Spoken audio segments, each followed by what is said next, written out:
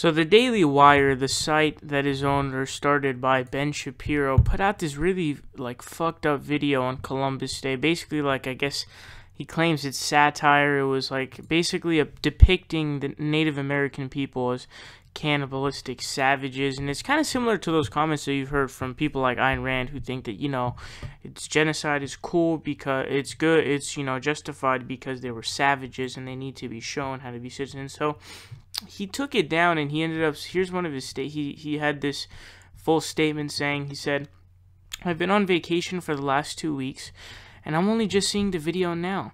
While I didn't greenlight it, it's obvious to me that it's satire and must be evaluated by those standards.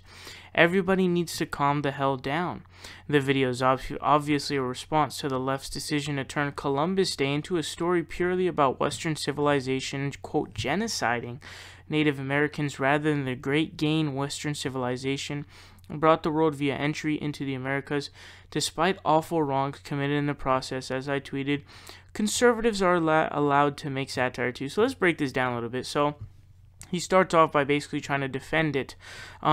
This is claiming that a satire is really lazy, in my opinion. And I think that if it were a satire video of, let's say, a Holocaust denying video or something by, I don't know, Palestinians or a different Middle Eastern country, talking about some kind of genocide of Israelis, I don't think that he would have the same response. And if you guys really think that, I'd love to hear that, but I highly doubt that. And I think that that's a very lazy and lame defense that he had. And he says, everybody needs to calm the hell down. Like, my website that I own, like, it just put out a racist video depicting these people as cannibals and, savages, and, they deserved it. It's so stupid. It's embarrassing.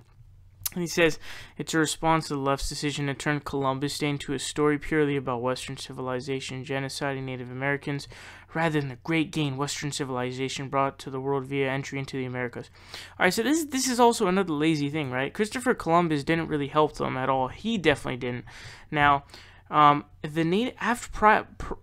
subsequent to his arrival, so like all the different colonizing countries came in and basically enslaved the Native Americans, tortured them, beat them, had sex with their wives. I mean, the lists are just so endless. The Spanish were probably the most ruthless, and it's one of the most disturbing things that I've read, because I've had to read some really deep things about that. And there are first-hand accounts of letters of the settlers purposely giving the natives blankets that had chickenpox on them because they know they were going to die from it.